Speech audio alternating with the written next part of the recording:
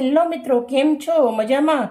આજે હું તમારા માટે સરસ મજાની ભીંડી કુરકુરી મસાલા રાઈસ લાવી છું. ભીંડી કુરકુરી મસાલા રાઈસ. તો આપણે ભીંડી સમારી અને રેડી કરી દીધી છે. ટમાટર લીધું છે, લીલા મરચાં લીધા છે, ડુંગળી છે, ઝીણું ઝીણું સમારી એક ગાંઠ લસણ લીધું, દાણા લીધા છે અને રાઈસ લીધી છે. આપણે ગુજરાતી ઘરના અંદર આવી રીતના ભાત તો બનતા જ હોય, દાળ ભાત તો. પણ બાળકોને કંઈક નવું ખાવું હોય છે, દાળ ભાત નથી ખાવા હોતા, તો બાળકોનું પેટ બી ભરાઈ જાય અને હેલ્થ માટે બી બહુ જ સરસ રહે. તો આજે આપણે બનાવવાની રીત નવી ડીશ ચાલુ કરશું. ચમચો કઢાઈના અંદર ઘી ગરમ મૂક્યું છે, મસ્ત ગરમ થવા દેશું ઘીને. તમે તેલનો બી ઉપયોગ કરી શકો છો, પણ હું સ્પેશિયલ બાળકો માટે બનાવું છું એટલે બાળકોને ઘી સરસ રહે. થોડુંક એવું રાઈ અને જીરું નાખું છું.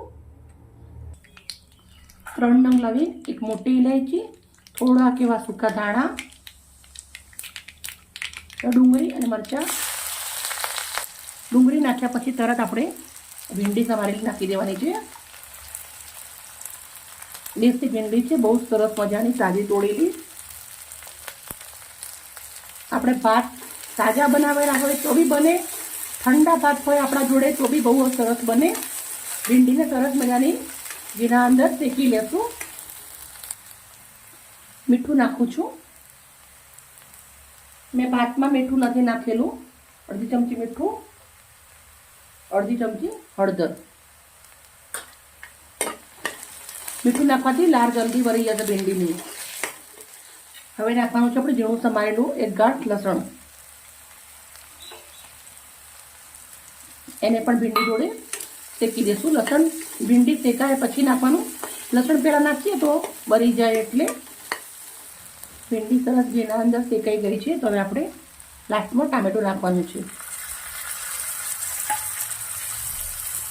મસાલા કરી લઈશું.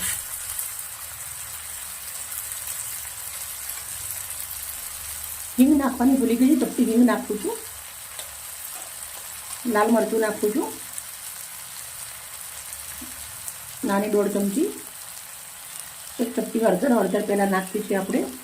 ફ્રેશ કૂટેલું ધાણા જીરું, થોડુંક એવું મીઠું.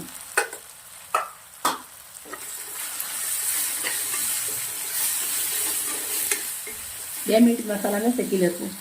મસાલા સરસ શેકાઈ અને રેડી થઈ ગયા છે. હવે આપણે રાઈસ નાખવાની છે. તો જોઈ શકો છો એકદમ છૂટા છૂટા રાઈસ છે આ.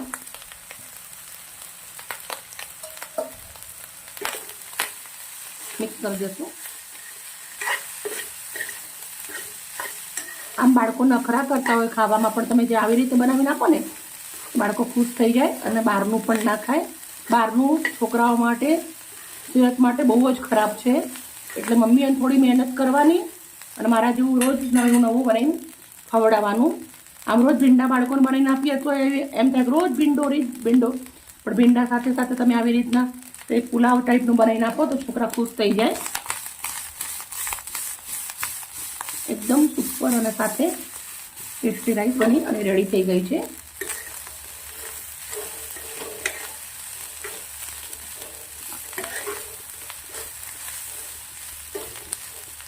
બે મિનિટ આપણે રાખશું ખાલી. નાના મોટા બધાને સરસ લાગે એવી આપણી રાઈસ રેડી છે. ચલો સર્વ કરીશું. તો હું એક બાઉલ લઉં છું. બાઉલના અંદર આપણે સર્વ કરીશું. એકદમ છૂટો છૂટો દાણો છે, તમે જોઈ શકો છો.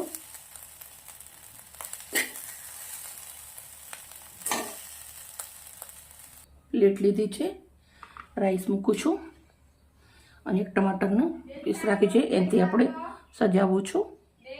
મસ્ત સજાવી અને રેડી કરી દીધું છે. એકદમ સુપર અને સાથે ટેસ્ટી હેલ્ધી છે. અને તમારા બાળકો માટે, પરિવાર માટે જરૂરથી બનાવજો. કાલે આવી નવી રેસીપી સાથે. Okay, bye bye.